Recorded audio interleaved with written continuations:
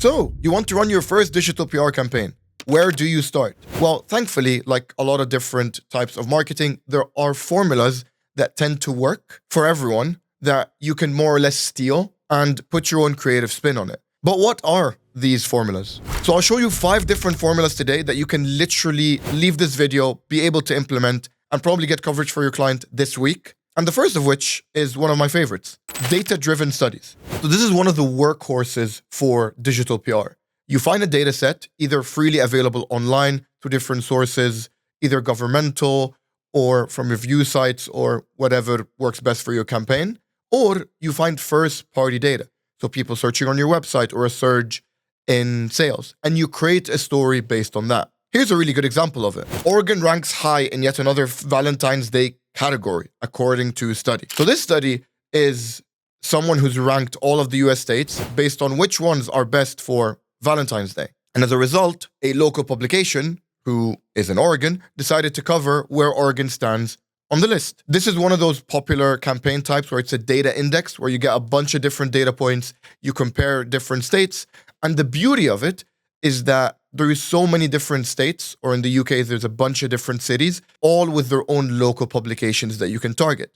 So you can create a data set, have a bunch of different rankings, bunch of different headlines, and pitch each individual headline to the local publication that relates to it. But you don't just have to do state stuff. Here's another example. What is Dating Sunday, the busiest time of the year on dating apps? This is a really good example of first-party data, where a dating app can see a specific surge in users, and they created a story around it. The beauty of first-party data, unlike other forms of data, is that you are the only person who has access to that data and can interpret that data.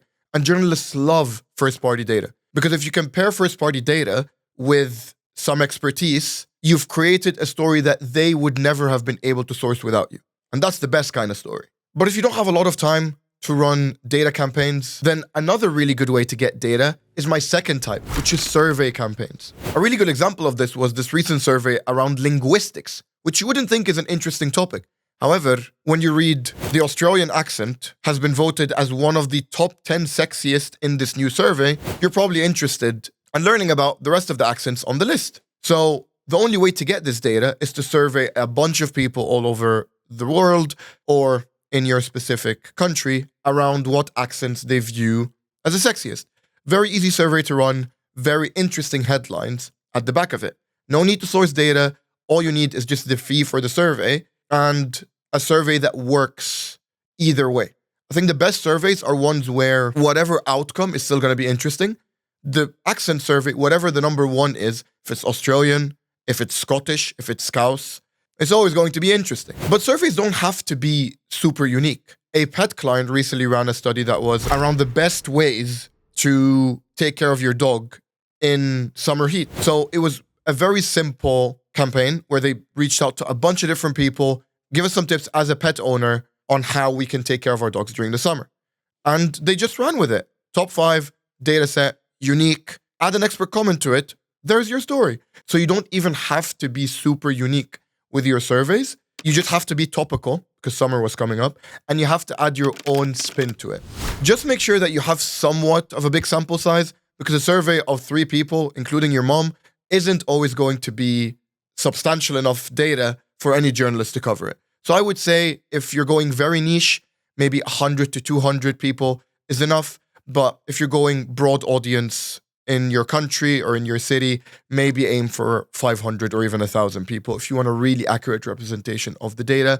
The more serious the topic, the more I'd recommend more people to make sure that your data is more accurate. But if you don't want to survey a bunch of people, you can always just ask one person, which is our third type of PR campaigns that tends to work, which is expert commentary. All you need is an expert in a specific niche and a bunch of interesting comments that you can pitch to the news. So this is a very common one that pops up once in a while, and the Daily Mail covered it this time. Dangerous iPhone settings that are sharing your data and how to turn them off. This is a very easy campaign to run because anyone who is a tech expert, understands data, understands how your phone shares data, is probably more knowledgeable than your average person on the street. And so if they offer this tip to the news, they are very likely to cover it because a large number of people are going to be interested in it and because you are an expert in a subject matter that most people aren't. So it's a really good combo that will allow you to land coverage with just a bunch of comments, no data needed, no survey required. But what if you're in a boring niche? Do people actually care? Well, a cleaning client was able to land coverage by doing this piece. 7 habits with clean homes always follow. So no matter how niche your client is, you can always appeal to a broad audience, even if it's very simple cleaning tips. So think of this. What is your client an expert at?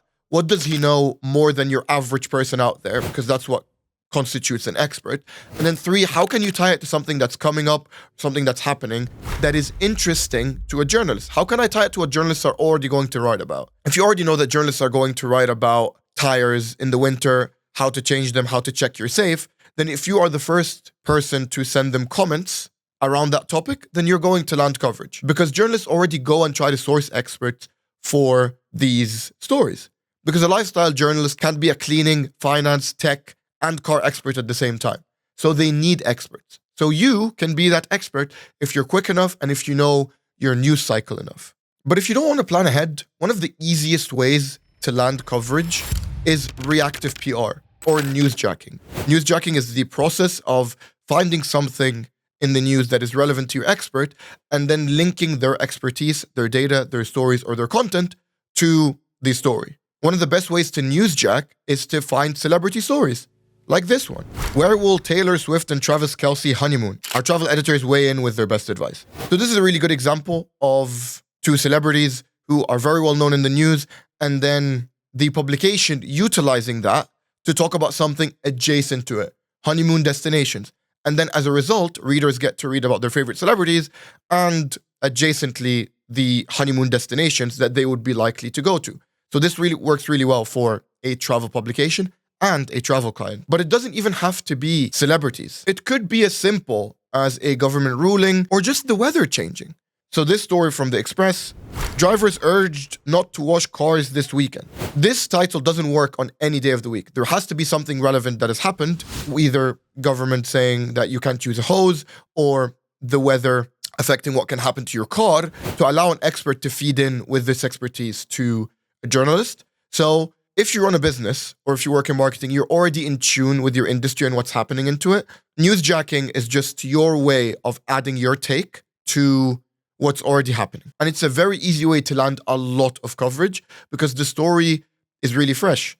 The rule of thumb is a lot of the time there's the breaking story and then 1 to 2 follow-up stories after that. So newsjacking gives you like 3 opportunities on average to land coverage on any given story. See what's already been talked about and how you can add to it, and then pitch it to a journalist with your unique take. But one of the best ways to actually do PR for your service or business is to create a news story within your business, which is my favorite type of PR, and it's product-led PR.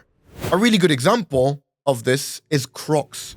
So Crocs launched a Team Edward or Team Jacob Croc series where fans of Twilight could more or less choose their favorite types of Crocs, which might seem absurd to anyone who's not in the fandom, but for people who are interested in this, movie publications, Reddits, social media, they will go crazy for this.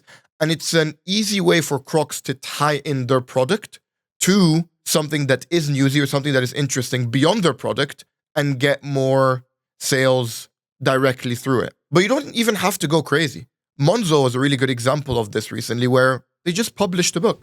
So Monzo published this book around finances, and it ties in directly to their clients' problems. And when people read the book, read that it's by Monzo, they are more likely to use Monzo as their bank or to listen to Monzo's advice. It's an expert commentary piece that's quite long, tied into their brand, that they now can sell and can drive more awareness to their brand through it. So with whatever type of digital PR campaign that you decide to run, it's very important you choose the one that works best for your goals and your budget. But if you're curious, how do we find these ideas?